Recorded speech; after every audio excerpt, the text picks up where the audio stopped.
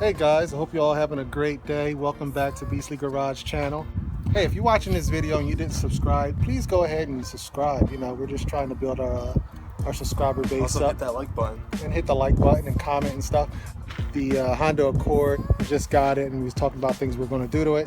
And we've been busy over the last 2 weeks. getting the car ready for Brandon to take over and start driving it every day. He's been driving it, but he hasn't been driving it without us because he's new to a manual.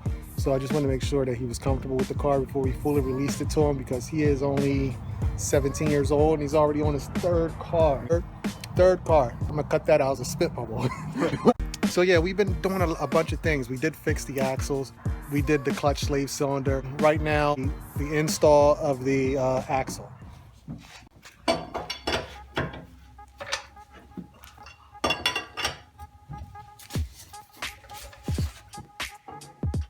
And therein lies a problem. I don't know if it's bad, but man, that boot has seen better days. All right, that was a pain in the ass. So is the lower ball joint. I hate lower ball joints. All right. The axle is free. Come on this side. All right. All right, here we go. It is free. Actually, the axle is busted on this side too. I didn't see that. So busted here, and then we have this boot here. So I'm going to see if I can quickly find a replacement before I put all this back together.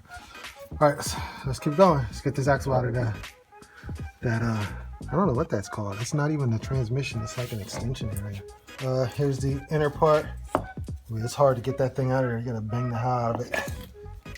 Oh man, yeah, that. I don't know if that's really that bad, but yeah, these are both torn. So, all right, on to the next one. So I got to make a little parts run to Advanced Auto to pick up the lower control arm.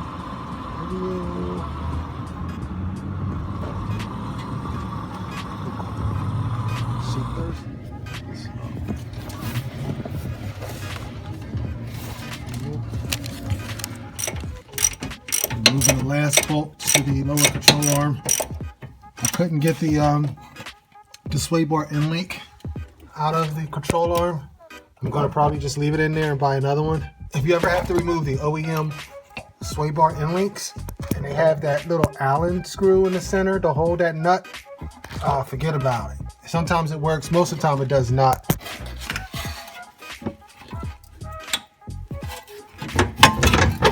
All right, here we go. Oh shit.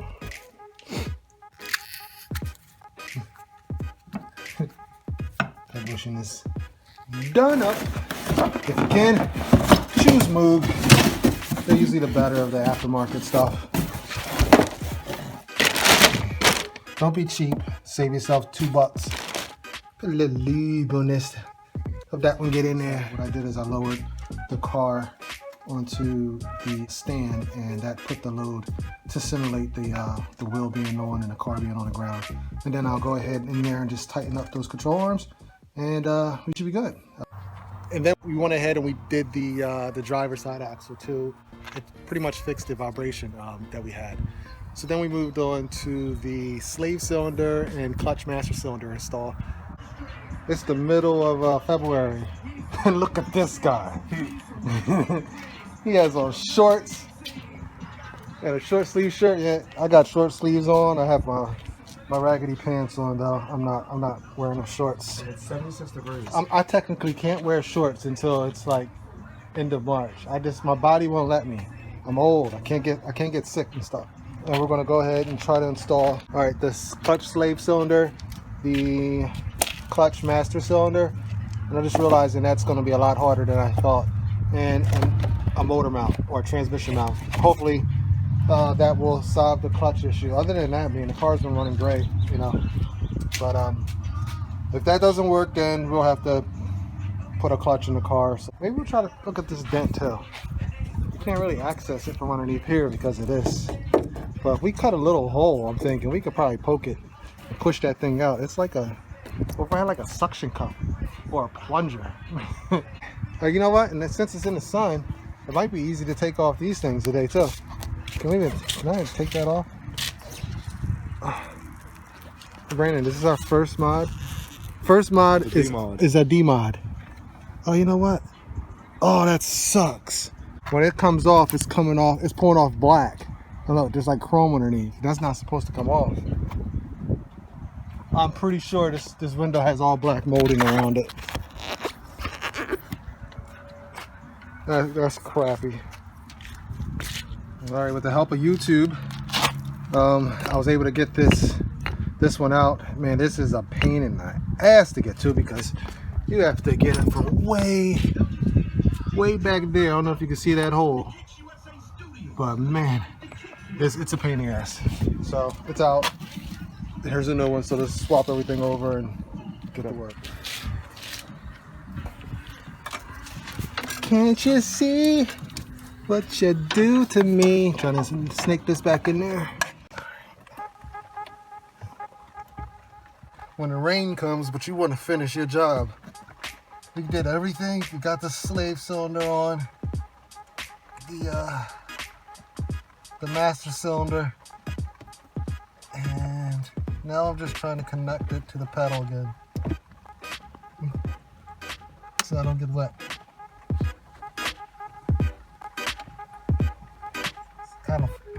Kind of a funny position to be in. I'm too old for this. So we're here at the gas station. We took it on test drive, and so far so good. Saving a bunch of our time to replace the clutch, and I got the car for much cheaper, but it looks like it was just a slave cylinder. So the car did not need a clutch. We saved $1,000 probably in labor and parts. Then we started to try to fix some of the other things that were wrong with the car. The door locks, the power door locks did not work. So we went and we bought brand new door lock actuators from Advance Auto, and those costed about $45 a piece. So during that install, we had the most unfortunate accident happen where the door lock latch actually failed while the door was shut. So we could not open the door from either inside or outside. I was able to release the door somehow, I don't know. I was just jamming screwdrivers and stuff in different places and the door released. The next day I went to the junkyard. Welcome to the junkyard. All right, ladies and gents, we are at the junkyard. I don't know if I filmed it, but I was trying to take out Brandon's actuator for his door. I did replace it. However, the actual door latch broke. So, and it made it so we couldn't open the door again. I had to jimmy it open, and now I am going to try and find a replacement latch. Unfortunately, we have to find specifically a coupe, and I don't see a coupe right offhand, so let's just keep walking. I'm finding a lot of sedans but no coupe. This is one of those items that is specific to a coupe. Man, this is nasty out here. I did find a two-door Acura, but I think it's a TL, and I think they share a lot of parts with the coupe, so I might have to try that. Hey, so my phone died. iPhones do not like the cold. As I was walking out, I said, let me just do one more roundabout, through all the cars, and I came across an Accord. It didn't have a front end on it. That's why I missed it the first time. And I went over to it, and it had the door lock, so I got the door lock with the actuator on it. And I bought a new actuator from Advance Auto. It cost me $45. So I just got the other one, the used one I just pulled out now with the whole door lock assembly. And I'm gonna put that in there as is, because if that works, I'm gonna go ahead and take that other one back. I also pulled out one for the passenger side door too, because I bought a new one yesterday also from Advance Auto. So that's like $90 that can come back to my pocket. I got the door lock, the whole door lock assembly on this side with the actuator. I got the actuator for the passenger side, a new shifter knob, window trim, the top of the door trim. I got a lug nut that was missing. I got a little switch that I'm going to use for some lights eventually. I think that was it. Price came to $11.99. $11.99. That, my dear, is why you go to it, you pull it, and you pull it yourself. The new door lock and actuator is in. I just got to button everything back up and put the panel on. I was just telling Brandon this is from an LX. This is an LX doorknob. You should be happy. Happy. Alex. EX. You said LX doorknob. Door. Oh. This ain't a doorknob? Car's fighting me. I bet this is an easier way to take it off. Huh? I'm sure there is. I'm sure I'm screwing this up. Making this look really bad. Let's have a look.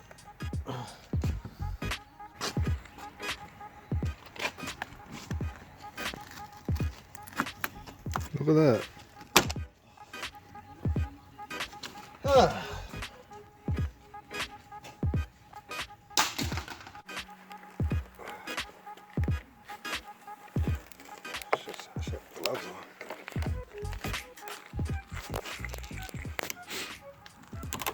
Oh, jeez. They came off, you know, and they left the residue in a mess like we thought. So we just ripped this whole trim off and put new trim on. And basically, here's the car now.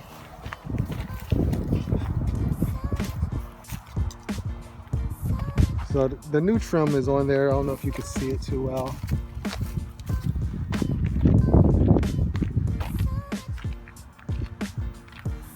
But yeah, I pulled this whole piece off of a car at the junkyard, and that looks really damn good. Oh, and we forgot one of the other things. We had to remove the tint from the car because, you know, like I said in another video, driving while black is real, and he don't want any unnecessary attention on him. So we took off the tint. Plus, it was really dark. It was like 5%, and yeah, we can show you that video right now.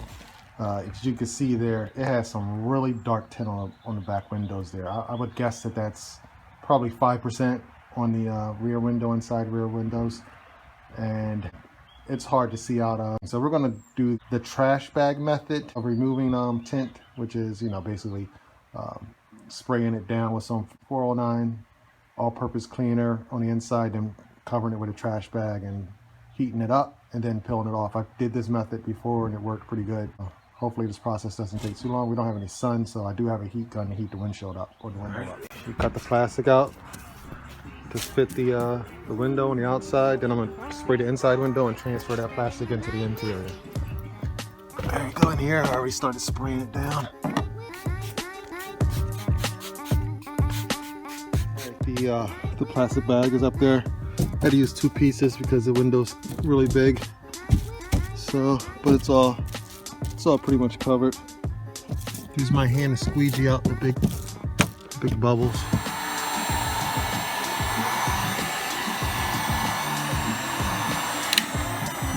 Look at that, Harbor Freight. First time using it, so I assume that some oil's burning off. Last piece here, last big piece anyway. My phone died, so I'm sorry I missed me starting to pull this stuff off. It's a lot harder. Damn it. There we go. It's a lot harder when you're not doing this in the heat of the sun. It started breaking apart initially, and then I realized I had to have Brandon keep heating the back window up as I did it. But as you can see here, I got most of it off in one piece. Now that glue residue will come off easily with the goop spray. That stuff's pretty strong. I'll get it off. Just make sure you wear a mask and have your windows open because you will pass out from the fumes. This is how it should come off when you do it with heat on it the whole time.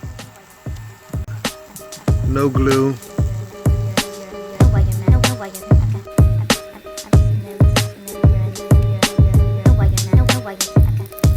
Oh, that's done. That's how it looks after the goop wipe down. Now we just gotta finish it off with some Windex. A little bit of elbow grease, and that's it. That window is untinted. It's not as easy as it would have been if it was warm weather, but it looks good either way. It didn't cost us anything except a bottle of 409 and goop spray I already had. So don't pay nobody $150 an hour or whatever they charge you to remove your tint. You can do it yourself. You know, save your money, use it for other things. And so that tint came off. It, like again, it took us a little bit of work. We're doing it back there. Right. A little bit of work, and the tint came off. and I was able to save the rear defroster stripes, you know, following that trash bag method. And then probably the other thing we want to get to with this car is that dent in the hood, and I'll film that process, and those headlights. But The left one is just the top part that's already there. the right one is almost out. But those headlights are a mess. But I got the tool to get those headlights looking good. Brandon hasn't even seen this tool yet. To get headlights nice and fresh. Huh. Okay, open that up for me, Brandon.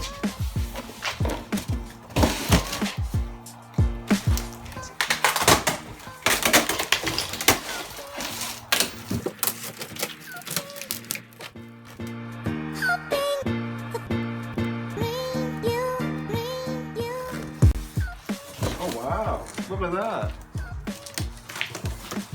So there we go. We have a brand new set of headlights to go into the Accord. And no, they're not just stock replacements. They do have the LED running lights, which should look pretty cool with the black housing and the clear sides. So what do you think, Brandon? Brandon, I didn't tell Brandon about those. Brandon's been spending all of his money getting this car back together. I mean, I didn't do this. I've been using all of his money to get this car together, and you know, from his part-time job. And he luckily he has a car guy dad, so That's always helpful. so catch us on the next episode, and we'll be probably installing those headlights and something else. I don't know, whatever. Something always comes up. So yeah, so Make sure you like, comment, and subscribe. Look at the size of this guy's exhaust pipe. Now that is freaking insane.